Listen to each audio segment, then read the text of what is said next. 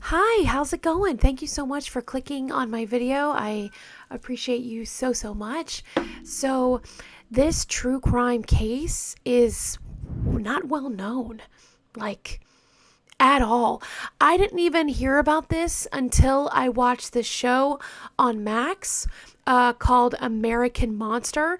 It originally aired on Investigation Discovery Channel, but my mom, we were talking about documentaries and she was like, have you seen American Monster? And I'm like, no. So I'm binge watching this, which is probably not healthy in the mind. I take breaks, don't worry. But this case I have researched. There is not much. There's a couple podcasts, and I was reading people's comments from the podcasts. So we'll see if it's true or not. I do not know, but without further ado, you guys buckle up because true crime kitty cats, this is brutal. I mean, brutal.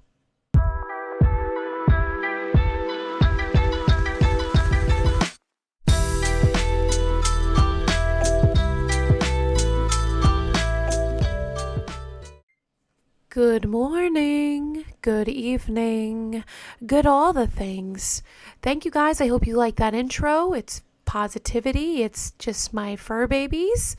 So without further ado, before we go on, there is a giveaway happening. And I'm so excited about it because I just realized it may be leap year. So what a perfect day to do a giveaway. And you're wondering, well, is it like one or two things? No, I'm going to give away some crystals, perhaps nails, and also I may give away some cologne. Yes, one of my favorite stores that I talk about called the Green Cauldron. They have a perfume that is specifically for your astrological sign. How cool is that? I didn't even know that was a thing, you guys. So definitely, if you guys want to get on the giveaway, hit the subscribe button, share, tell them to subscribe so you have a better chance at winning. And it's just going to be a good time because George is going to be with me, helping me handing out the prizes. I'm going to be live. I'm going to be talking with you guys. So it's going to be on leap year. So definitely mark your calendar. Okay. Just let me know what time do you guys want me to go on. I'm thinking like 8 p.m., 7 p.m. Eastern time. But yeah, if you guys just, let me know. Warning. This is parental advisory. I'm going to be talking about things that are not good. I'm going to be talking about familicide, patricide, matricide, probably saying the sides wrong. But when you hear the sides, you realize that it's going to be the extinguishment of a family. And you're going to be very shocked because when I was watching this American Monster episode, guys, when I watch the show, it shows home videos and I get to look at the person and I'm like, who is the monster of the video? And I'm telling you, when I figured out who the monster was, I was floored. Okay. And I had to look it up a lot. And I realized there's not much information. I do give their families and loved ones respect. And I send them positive energy. But here we go. There's no but. I mean, I do. I give them positivity and healing. I can't imagine a million years what you've gone through. And this guy is literally a monster. So yeah, if you don't know who he is, I'm going to be talking about Joshua Jenkins. Yeah, I'm going to be talking about the Jenkins and the Grossman family. We are going to start off with a wonderful couple named Alene and George Jenkins. Now, I love this name. It's either Alene or Alene. People describe it in different ways, so if I am not saying her name right, please forgive me. But this woman was just not only beautiful, but she was very kind. And when she met George Jenkins was the kind of guy that people just fell in love with him. And she explained in layman's terms that happiness is easy with him. which that is really, really sweet. So must be a George thing, honestly. But they were married for a while. They've been together for a long time. And sadly, something really horrible, they had some horrible news hit their partnership. And it is that Alene could not have children. So it was very devastating for the family. But they worked together. They tried to figure it out. And finally they realized, well, maybe we should adopt. We should definitely adopt and bring a child into our home. And that's what they did. They didn't just adopt one child, but they adopt 2 children. One child was adopted, I believe, in 1981, and that was Josh. Another child was 5 years later, and that was Megan. And these children were literally babies. They weren't even like 2-3 years old. They were babies. They were very, very small. Now, before the adoption happened, Alene and George, they actually were millionaires. They lived quite comfortably. So when they had the children were raised in a very nice household until 1992 happened, and a big economic crisis happened, and George lost his job. George went from being a big boss to having to find a job to work for someone. So things were kind of, tense in the household, but the Jenkins did what they could. They could. You only can do what you can do, especially with financial. So George and Alene did live in Los Angeles, but when the economic depression happened, they had to move to Las Vegas. Now, during that time, they have Josh and Megan. They're growing up together, and Josh is very close with his sister Megan. They have a very good relationship. Things tend to be hunky-dory for a long time, except when Josh turns 5 years old. Josh starts having this kind of behavioral issue. He was in like some kind of special education classes. Not that he was something like mentally like slow or anything like that, you guys. He actually had an IQ of 160. He was diagnosed with extreme dyslexia and ADHD. Now, back in the 90s, ADHD was not known how it is today. Like, straight up, I feel like I have ADHD. I feel like a lot of millennials have ADHD with everything that we've gone through and continue to go through. So when Josh was a little kid, not only he was diagnosed with these disorders, he also claimed as a child to have conversations with aliens, which when I hear that, I think of like imaginary friends. But things started going to a darker turn when he said that needles were coming out of the television and going inside of his body. That's very trippy. Now, not only this is happening to Josh, he also is having terrible mood swings, and he would just go into a rage. Now, when he would go into a rage, he would just like randomly like shoulder check his family. Finally, the tension became so much that during his preteens and teen years, the family did call 911 on a few occasions. The big one is that they called because they were so scared because the son, Joshua, he made threats to the family using a crossbow or even a rifle. Now, the last straw happened where the family simply could not take it anymore with his behavior was in, I believe it was like about a year before, so 1995, that he actually broke George's arm with a baseball bat when he was only 14 years old. Yeah. After that, they decided to send him to a boarding school that actually was called Vista Del Mar. Now,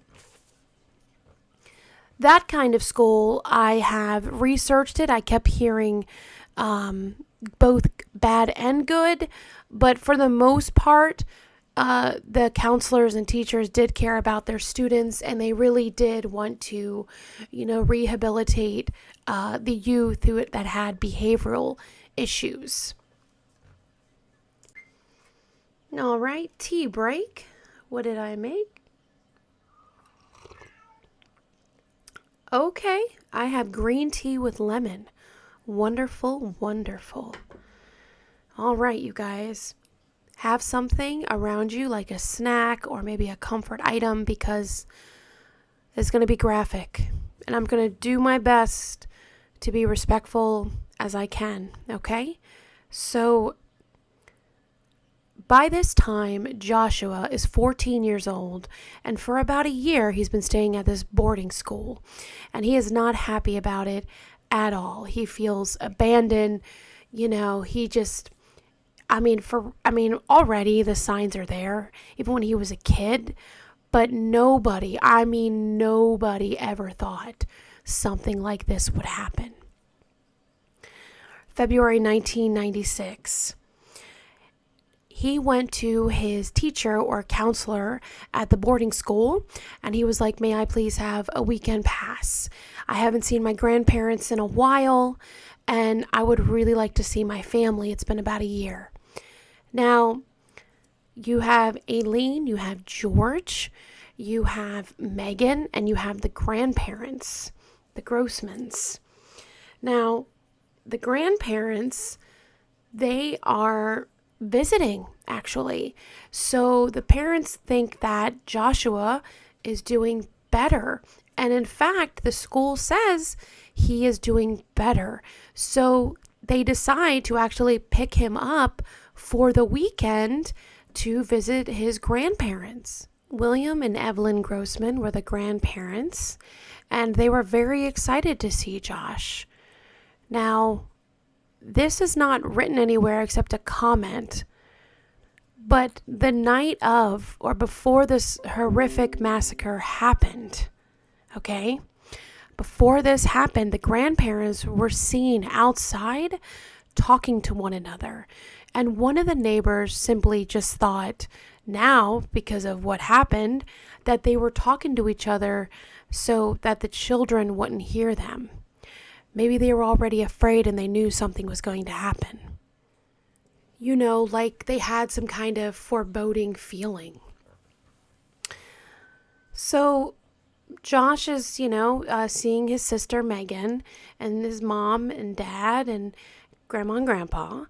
And things seem all right, but during the night, around midnight, he is watching TV. Well, his mother, his dad is the first one to come up, and they have some kind of an argument. I'm not sure if because he was watching TV late at night. We don't know what the argument was, but there was an argument. And what the family did not know was that Joshua had weapons at his disposal. He had a hunting knife, he had an axe, and he also had a hammer. Yeah. Now, these weapons I talked about, they're all not at the same time. Right now, we're going to be talking about the knife usage and also the hammer. Yeah. One thing I do apologize for, if this is any type of wrong information, I've read a few things that happened, and it's in a different kind of order, but the main thing you guys got to know, that all in all, 5 innocent people lost their lives. And you're wondering, well, Catie, you said this kid was 14. Well, by now, guys, he is 15 years old, and it is February 2nd, 1996. Around midnight, like I said, the arguing is happening with his dad, and all of a sudden, Joshua gets a hammer and does 18 blows to his father's head. Now, his mother, Alene, sees what's going on and she tries to make it to the phone to call for help, but she ends up receiving 12 blows to the head with the hammer. All this is happening. Then you have poor grandma. Grandma comes up, sees what's going on, and she automatically receives 14 blows to the head. It's like dominoes, guys, in like the most horrible way possible. Then after grandpa goes and sees what is going on and hears noises. And then Joshua hits him with a hammer as well. Just repeated blows to the head. The next thing that he does, he grabs each of the bodies, piles them on top in the master bedroom like he is making a campfire. As he is closing the master bedroom, Megan, the 10-year-old sister Megan, she actually wakes up. But when she wakes up, she sees her brother sipping a root beer, watching TV. And she asks Josh, what was that noise? And Josh tells her, it's nothing. Go to bed. Megan, then she goes to bed. Now, she wakes up wanting to know where Grandma and Grandpa are. Now, he says that they didn't feel well and they were driven to the hospital and that he is supposed to take care of her now. So, Megan is very uneasy, but she loves and trusts her brother. Joshua, then, when Megan wakes up the next morning and asks about grandparents, Joshua decides to go to the a hardware store. He goes to a hardware store and he takes Megan with him and he purchases an axe. In his words, apparently she picks out the axe. Now they go back home and he ends up killing his sister with that axe. I know. I'm like, what? Apparently, he hits her first with the butt of the axe, and then he turns it over and hits her over and over again. But then there's 6 actual stab wounds to the heart. Now, if you don't, not only this is so brutal and gruesome, if you have any idea how you get 6 stab wounds to the heart, is absolutely, you have to have so much rage, so much force to do that to somebody, let alone someone you apparently love. Now, I forgot to mention, forgive me, that yes, his parents and grandparents were bludgeoned, but also when he put them in the room and stacked their bodies, he stabbed them to make sure they were all dead. Then, after what he did, was he tried to cover up his tracks. And he lit his grandparents' house, the condo, on fire. Now, there has been different kind of stories, but Megan had this childhood friend named Phaedra. And Phaedra wanted to hang out and play that day. When she showed up at the house, she noticed that the blinds were all down. And she was very confused because George and Alene were actually like early risers. Yes. Apparently that now there has been, I don't know, I read that she actually talked to Josh and he said something like, oh, Megan is busy or something like that. But I also read that no one answered the door. And she quickly left on her bike thinking like, I'm going to go back. But by the time she goes back, it's on fire. And she starts yelling down the street, fire, fire, trying to save the house. But this little girl, Phaedra, she is forever changed. And, remember, Megan's only 10 years old, so I'm sure Phaedra is like the same age. And she said that it didn't feel real at all until they brought the stretchers out of the bodies, out of the house, is when it was real. I know. I'm thinking, like, how could a 15-year-old, I get teenage angst. I feel like we've all been there. We really have. It's like, I feel like it's the worst years of your life is teenage. But this was a whole different thing. This kid was psychotic.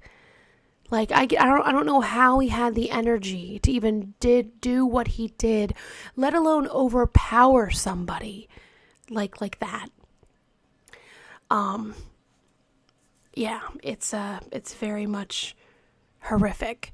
So when the police arrive, they come to like this inferno, but it didn't burn all the way. Instead, when they walked in, they saw a sight that will forever haunt them. They saw blood everywhere, drag marks, and then they went into the bedroom and saw the bodies stacked up like they were plywood. And they realized, well, first of all, they thought in the beginning where the son was he kidnapped? But Phaedra was thinking, where's Josh? And with his criminal, not criminal, but with his background having behavioral issues, the police were really looking for Josh. And they saw on the security camera that someone took the Jenkins Mercedes-Benz and was driving it, but they could not see the driver. Police were on it. Police were on this case like white on rice. They found out Josh's picture and they started putting wanting poster signs around that area.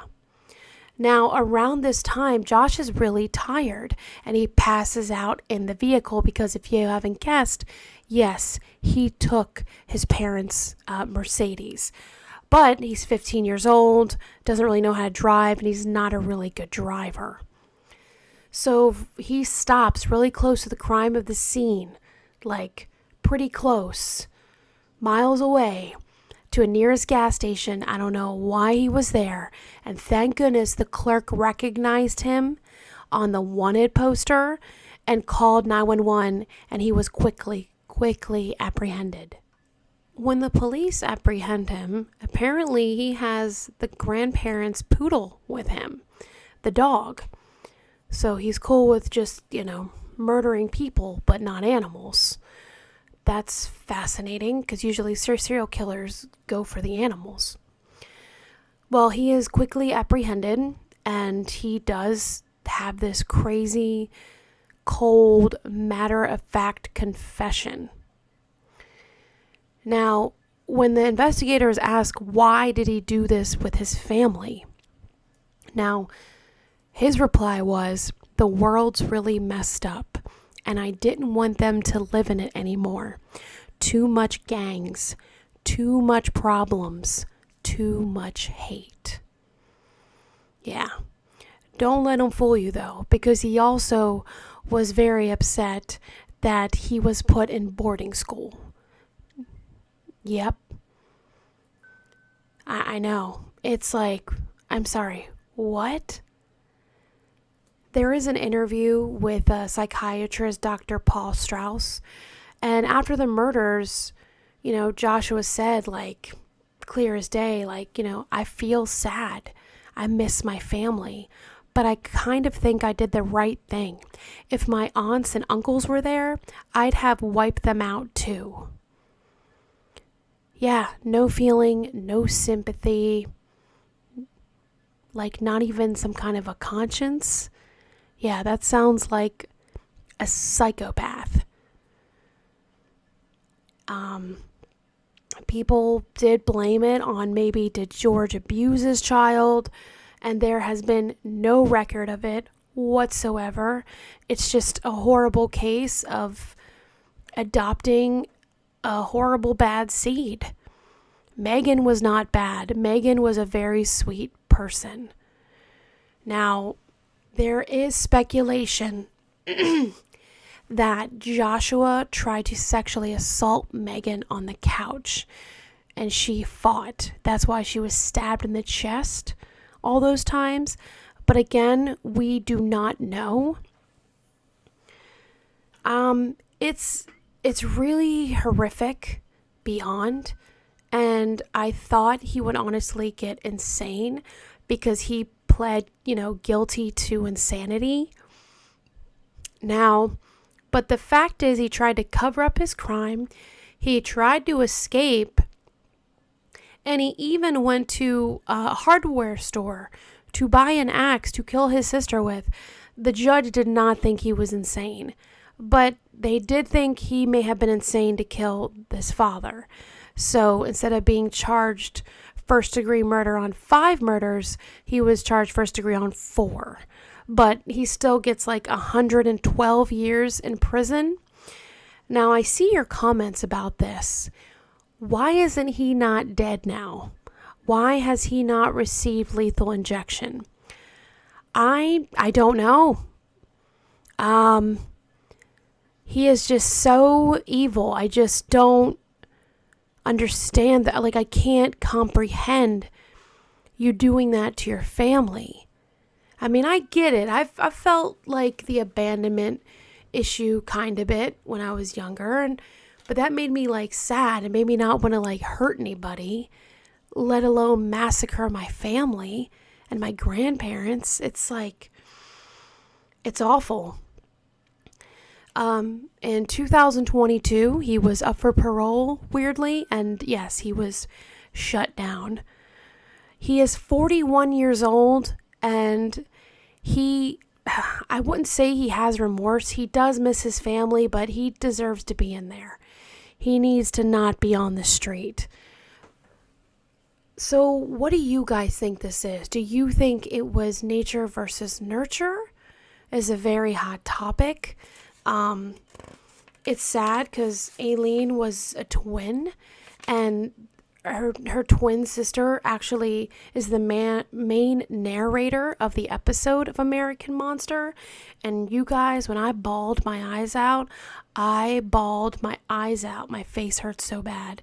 I could just feel like I first of all, I couldn't even believe he was the monster, because you see this adorable baby in these home videos, and he turned out to be it's unreal. It's absolutely horrific. It's just really sad, because I feel George and Alene were really good parents, because Megan was a sweet, awesome child and she loved her parents. But Josh killed them because the world was evil? And he also said he was mad at them for taking him to boarding school or whatever. But what do you think they could have done, though? I mean, let me know down in the comments below. Like, what would you do? It seemed like they did what they could. They took him to doctors. They took him to specialists. And man, as soon as he broke his dad's arm with a baseball bat, they're like, see ya. Out of here. Because they were scared for their life. And I think that is just, yeah, man. Thank you very much for watching, you guys. I really appreciate it. Definitely check out the giveaway, subscribe, comment. I love reading your comments. I really appreciate you guys. Please know that you are loved, you are cherished, and remember, you're doing better than you think.